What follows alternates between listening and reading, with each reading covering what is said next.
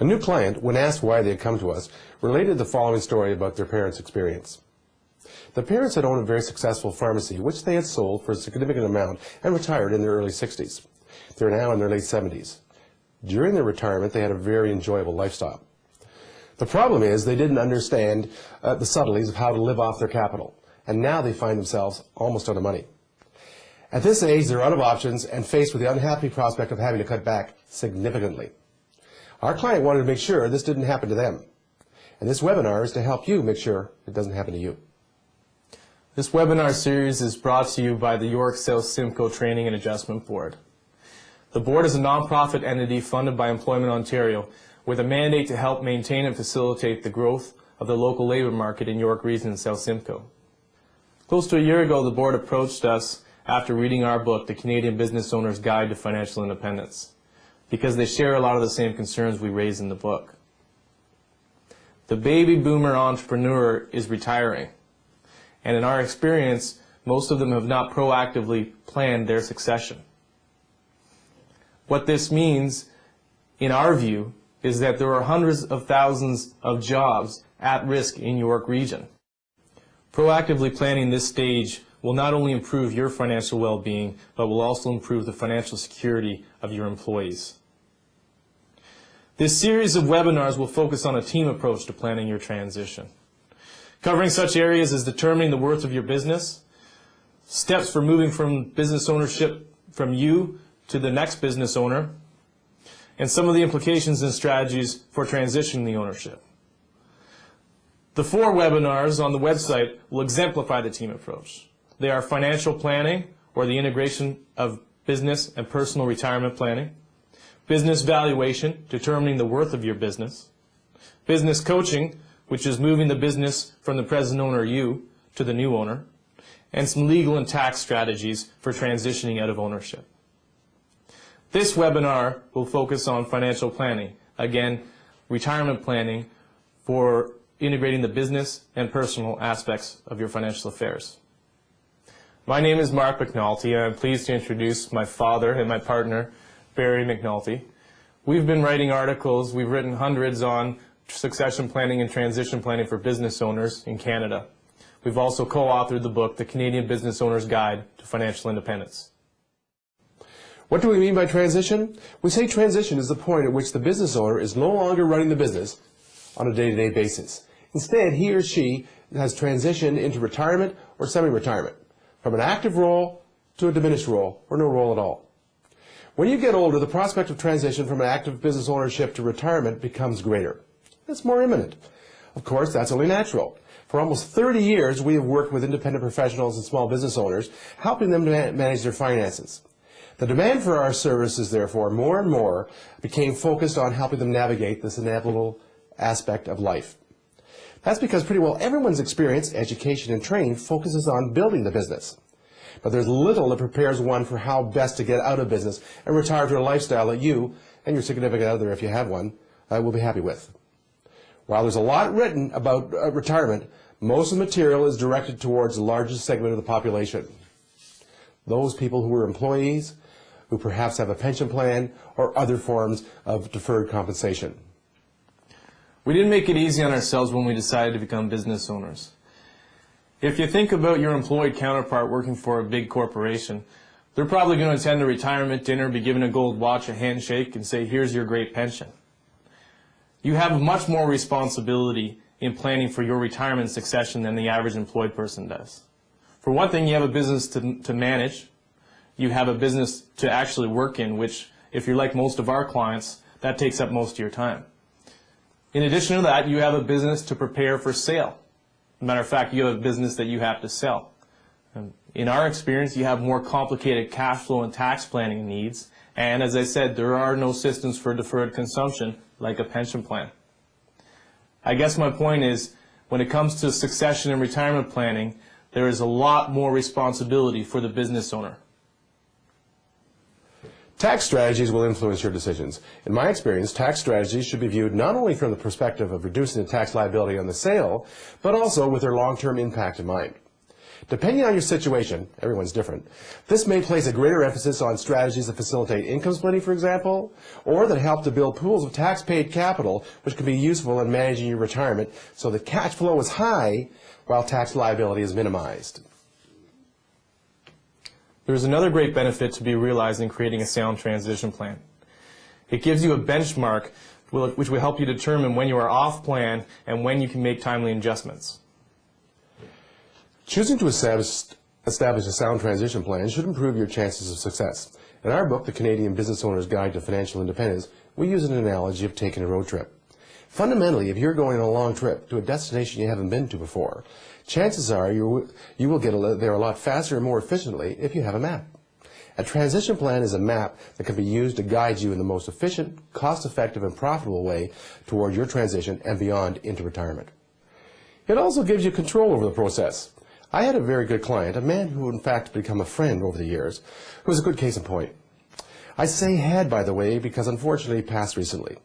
This was a very intelligent man who had established a good business about 35 years ago in the service sector.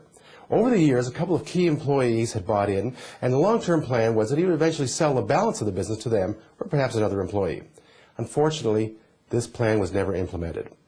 He didn't want to give up any more ownership and delayed and delayed. Then a time came when his health declined rapidly in an unexpected manner. There was an old shareholders agreement in place, despite advice to the contrary, which had never been updated, and it did not cover this eventuality properly. To make a long story short, transition was forced upon him by other circumstances, and the final outcome was not near as good as if he had been more proactive in the first place. We would ideally like to see you start planning your transition and succession at least 10 years before the actual date. On the other hand, if you're already within that 10 years, the next best time to start planning is now. We, in our book, have broken up transition into 3 phases: the pre-transition phase, the during transition, and the post-transition phase. So I'd like to talk a little bit about these different phases. Most of you are probably in the pre-transition phase. One of the key areas we find people need to focus on in this area is what it costs to maintain their lifestyle. Now, nobody ever knows this number, and nobody ever wants to know this number. The reason it's so critical is we're going to be taking that number, let's say you spend $60,000 a year, and projecting it out for 40 years after tax indexed for inflation. If we don't have an accurate understanding of what you spend personally, it could skew your retirement plan and thereby your succession plan. Some of the ways that we suggest you confirm your personal lifestyle costs is to go through 12 months of bank statements and credit card statements and figure out which expenses in those statements are not going to be recurring in retirement.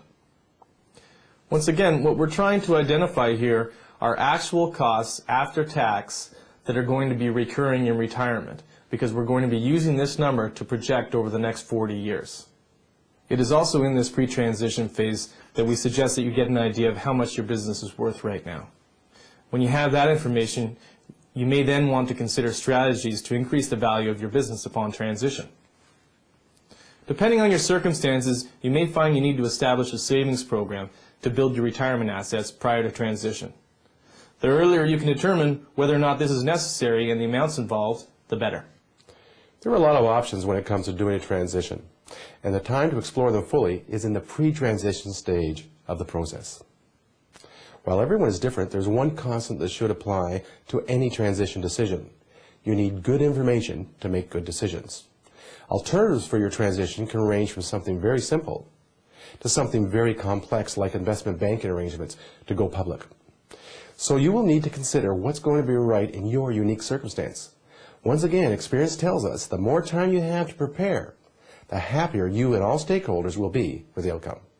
No matter which path you follow, you will need to assemble the right team to support you in achieving your chosen transition.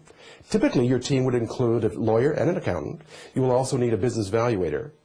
And we recommend you use the valuator not just to provide you with their opinion on what your business is worth, but also with strategies about how to increase the value of your business before you do your transition. Your financial advisor should also work closely as a member of your transition team in helping to integrate your business and personal planning and the management or growth of what can be thought of as your pension. By the way, we define pension more broadly in that we consider it to be all of your financial resources that are going to be needed to provide you with the cash flow you require for that post-transition stage. Once you transition from active business ownership, you're in what we call the post-transition phase. So what are the areas we need to focus on from a planning perspective in this phase? Well, number one is planning for your personal longevity. Number two, how to structure your investment holdings and your cash flow from those investments to provide the best mix of taxable and tax-paid income. Another aspect, what are your inflation protection strategies for your portfolio? How can you create your personal cash flow so that it preserves your old age security? You should also review your actual spending against the plan at least yearly. Winston Churchill said it best, planning is invaluable, but plans are useless. That's because things change so rapidly, it doesn't take much time for your plan to be out of date. It's important that you constantly monitor your spending relative to the sustainability of your portfolio. Keep in mind with these phases of transition, the pre-transition phase, during transition, the post-transition phase, these phases are all dynamic and interactive. A change in any elements which underpin your approach to transition will ripple through all of the stages. The secret to a successful transition, in our experience, is integrating both your personal and your business planning. You can't have separate transitions, one for your business and one for your life. As a business owner, your business and your life are integrated, and your transition plan has to be as well. The golden rule of transition planning is either your business provides you with enough money to fulfill your current and deferred requirements, or your current and deferred requirements must conform to what the business provides. Let me put it another way. What I'm saying is that you cannot develop goals for your retirement in isolation from the realities of the business you're using to fund that retirement. The model we've used successfully in hundreds of transitions, and the model we talk about in the book, is as follows. First, we quantify where you are today in a financial sense. The second step is to determine what you need to do to meet your goals. Thirdly, we design strategies to get you from where you are today in a financial sense to your goals. And then we need to implement those strategies, track the implementation, and repeat the whole process again. That's why this slide depicts a continuous process. It's never ending. So you can see the process of transition is many things. It's exciting, can be a little intimidating, challenging, complex, and it can also be tremendously rewarding. Planning for your transition can be the most effective method available to you to create and realize a vision for what could be the last 20 to 40% of your life. There are other resources for you to draw on in planning your succession, one of them being our book, The Canadian Business Owner's Guide to Financial Independence. I'd also encourage you to attend the other webinar series on the website. There are 4 webinars, including this one, and small quizzes attached. I think they'll give you a good introduction to the various aspects you should be addressing in your succession plan. So whether you've never contemplated succession planning, whether you're down the road, or whether you're already post-transition plan already, I hope this webinar has been useful.